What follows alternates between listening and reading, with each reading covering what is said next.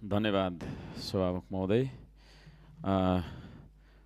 प्रधानमन्त्रीज्यूले सीमाबारे विवादित अभिव्यक्ति दिइसकेपछि प्लेकार्ड लिएर उभिँदै गरेको पनि आज 11औं दिन भएछ।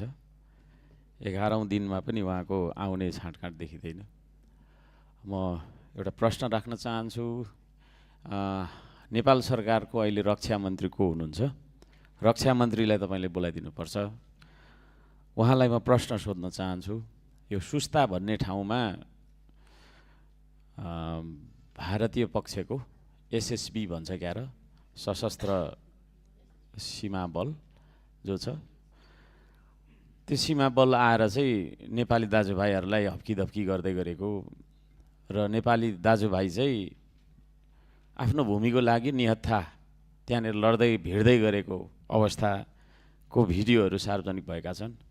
त्यसतर्फ नेपाल सरकारले, रक्षा मन्त्रीले, प्रधानमन्त्रीज्यू त आउनुहुन्न, रक्षा मन्त्रीज्यू हुनुहुन्छ भने खोजेर तपाईले ल्याइदिनु पर्यो।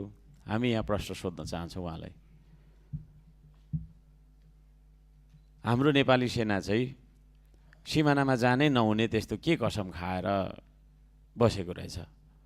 नेपाल सरकारले सिमानामा पठाउनु, चियाउनु पनि पठाउन नमिल्ने खालको, अवलोकन गर्न पठाउन पनि नमिल्ने खालको के चाहिँ करार गरेको रहेछ? कि त त्यो करार पत्र, त्यो सन्धि यहाँनिर देखाइदिनु पर्यो हामीलाई। सार्वभौम संसद, हामी सबै सार्वभौम सांसदहरू जान्न चाहन्छौँ, बुझ्न चाहन्छौँ। सूचनाको हक होइन, संविधानको धारा 27 हामीलाई तपाईको चाहिँ के अरे जानकारी होस्। अन्यथा त्यसरी चाहिँ सुरक्षा बिनाको सिमाना, खुला सिमाना जसले पनि मिच्छ। आज यति मिच्यो उति मिच्यो भनेर भनिरहेका छौँ हामी। यो 50औं वर्ष 100औं वर्षदेखि मिचिँदै आएको छ। त त्यो सिमानामा हामीले सुरक्षा फौज किन पठाउँदैनौँ? गृहमन्त्रीज्यू यहीँ हुनुहुन्छ, उहाँले पनि विशेष समय लिएर उत्तर दिए हुन्थ्यो है। कसरी चाहिँ हाम्रो देश चलिरहेको छ? हामी यहाँनिर बजेटका कुरा गरिरहेका छौँ, BYD का कुराहरू गरिरहेका छौँ, संसदीय छानबिन समितिका कुराहरू गरिरहेका छौँ। यो भनेको हाम्रो भित्रको कुरा हो, आन्तरिक कुरा हो। महत्त्वपूर्ण छन्, तर दोस्रो प्राथमिकतामा पर्छ त्यो। पहिलो प्राथमिकता भनेको हाम्रो सिमाना नै हो। त्यो सिमानामा हामीले चाहिँ किन ध्यान दिएनौँ? हाम्रो भूगोल बिनाको, माटो बिनाको देश हुन्छ र? सम्भव छ र? यो प्रश्न गर्न चाहन्छु म आज सभामुख महोदय मार्फत नेपाल सरकारलाई। 3 करोड नेपालीले चाहिँ नि जान्न चाहेको छ। कारण के हो? हामीले हाम्रो सिमानामा नेपाली सेनालाई लान नमिल्ने कुरा के रहेछ? कहाँ हामीले के सन्धि गरेका छौँ त? हामीलाई जान्नु तपाईको चाहिँ नि के अरे पर्यो। अब हामी जान्न चाहन्छौँ।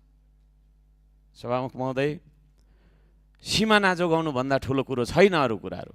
त्यसो भएको कारणले यो सिमानाप्रति गम्भीर बन्नुपर्छ। रक्षा मन्त्रीज्यूलाई तपाईले रुलिङ गरेर यहाँ ल्याइदिनु पर्यो। हामी 2-4 प्रश्न सोध्न चाहन्छौँ र यो विभिन्न खालका चाहिँ के अरे आरोपहरू आइरहेका छन्। अब ती आरोपहरू सबै पुष्टि हुन पनि सक्छन्, नहुन पनि सक्छन्। तर सरकारलाई लागेको आरोपलाई छानबिन गर्नका लागि चाहिँ संसदीय छानबिन समिति गठन गर्नुपर्छ भन्ने माग हामी राख्दछौँ। मन्त्रीज्यूहरूलाई आरोप लागिसकेपछि उहाँहरूकै माथहातका कर्मचारीहरूले छानबिन गरेर त्यो प्रतिवेदनमा के आयो भन्ने कुरा पनि सार्वजनिक नहुनु, त्यो दुःखद छ। त्यो खालको चलनको पनि अन्त्य गरौँ। यहाँनिर अहिले भर्खरै पूर्व मन्त्रीज्यूले पनि भन्नुभयो, उहाँको पालामा पनि त्यस्तो घोटाला गरेछ भने उहाँलाई पनि कारबाही गर्नुपर्छ होइन? कारबाही जसलाई पनि गर्नुपर्छ। यहाँ दरबार हत्याकाण्डको चाहिँ तपाईँको छानबिन हुन्छ भनेर गृहमन्त्रीज्यूले भनिसकेको बेलामा अब यो सर्वकालिक छानबिन कति सम्भव हुन्छ? विगतमा कति लामो समयदेखि हामीले के गर्दै आएका छौँ? कोहीले राष्ट्रघात गरे होला, कोहीले सीमा सन्धि मिच्या होला। ती सबै कुराको छानबिन गर्नुपर्छ र दोषी पाइएको हदसम्म यो त्यो नभनिकन, अनुहार नहेरी, नाम नसुनी कारबाहीको तपाईँको चाहिँ के प्रक्रिया अगाडि बढाउनुपर्छ भन्ने माग राख्दछु। धन्यवाद।